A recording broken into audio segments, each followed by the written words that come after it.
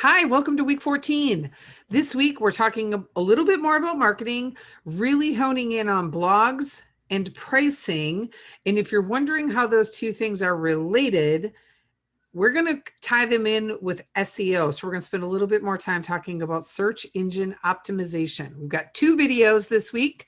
And the first video is on blogs and your business. And the second video is all about listing prices on your website and if you should or should not do it if you are confused.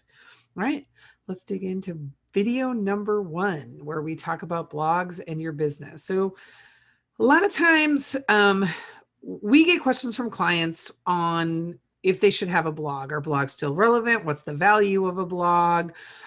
What does a blog do for my business? If I have a blog, how frequently should I post on it? How long should my posts be? All kinds of stuff related to just blogs in general. So let's dig in. Let's answer some of those questions. That's what we're here for. Answer questions. All right. First off, should you have a blog?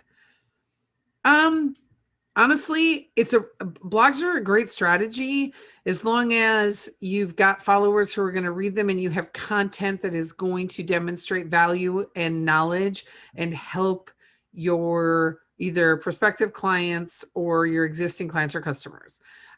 Does everybody need a blog? Nope. Do we recommend everybody have a blog? Nope. What we recommend is that if you are going to have a blog, that you start out by brainstorming a list of 100 topics that you could blog about. If you can't get 100 topics, you shouldn't have a blog. And it really shouldn't be that hard to come up with 100 topics if you're truly knowledgeable in your area, which if you're a small business owner and you're selling a product or a service, you're knowledgeable. We know you are. So coming up with 100 ideas shouldn't take you too long. The great thing about blogs is it's a really good way to help with search engine optimization because you're going to use your keywords as part of the blog titles, the blog content. It's that nice long form content where you can get in multiple keywords at the same time. And those all help with the Google search and ranking you higher. So there's a really big benefit in addition to demonstrating knowledge and value to prospective clients and existing clients, right? So that's a good way to do it. But the other value of the blog is that it's an easy way to showcase some personality, to emphasize your core values, to tell stories to readers, whether there be existing customers or prospective ones. And we've all heard that saying that stories sell. They really, really do. So when people buy through story, they like to hear stories. Facts tell and stories sell. That's how the saying goes. We recommend, if you've got some stories that are going to help you sell, that you have a blog. Now, how often should you post your blog? Listen, when we started SB Pace, and if you listen to the audio, you know this story, we started out doing it 5 times a week, Monday through Friday. And then we decided that was just probably a little too much, but we stuck with 5 times a week for 4 or 5 months. We did it for a very, very long time. Now we do it 3 times a week, Monday, Wednesday, and Friday. And we post our podcast on Tuesdays and Thursdays. So we're still pushing out significant content every week. Now it's just a matter of if it's a podcast episode or if it's our blog. And it doesn't matter if you pick once a week, if you pick twice a month, if you do it every Monday, like whatever works for you, you must be consistent with it though. Consistency is key. So whatever you pick something that you can actually continue to support, right? You don't want to pick something and then one week you publish and the next week you don't. And then maybe 2 weeks in a row you do. And then a month later and you haven't. And listen, we've all had the experience. You go to a website and you look at their blog and they haven't posted on it in like 11 months. And you're like, why is this even still here? Keep it current. Post on the blog if you have one. How long should your posts be? Honestly, that's entirely up to you. I would kind of keep the length consistent as well. Excuse me, but it doesn't matter. If you look at like Seth Godin's blog, super short.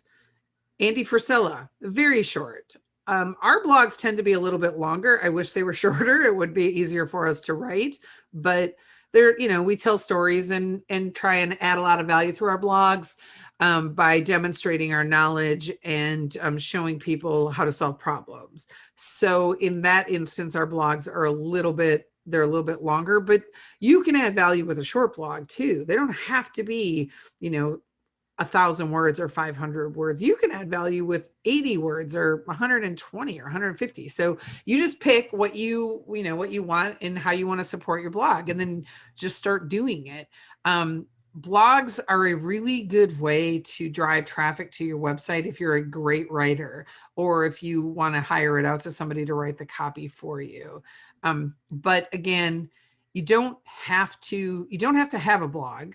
And if you do, you want to be consistent and you want to build your blog strategy around SEO. So you want to consider SEO when you're writing the blog posts. You want to consider SEO keywords inside of it. You want to think about that when you're titling it, putting in links. And if you can, use links inside of your own website to some of the blogs that you've posted, that's even better. And then getting other people to publish your blogs for you. Fantastic. Like Brains magazine is a great way to get content out there for people that puts backlinks into your website. And I mean, we write for Brains for the very specific purpose of having our blogs published someplace else. There's nothing fancy about the blogs we're writing for Brains. A lot of times they're the same blogs that we're going to publish on our own site, which is just a really great way for us to get additional eyes on our content and push out information to people about SB Paste to grow our brand. There you go. Now you know everything there is to know about if you should or should not write a blog. And if you do, what's the number one thing? That's right. Be consistent. So just figure out, am I going to do it? And if I'm going to do it, how frequently am I going to do it? And your first step is, if you want to write a blog, brainstorm that list of 100 topics. Now you've got some content to work from, and if you can support a blog long-term. And look at it this way.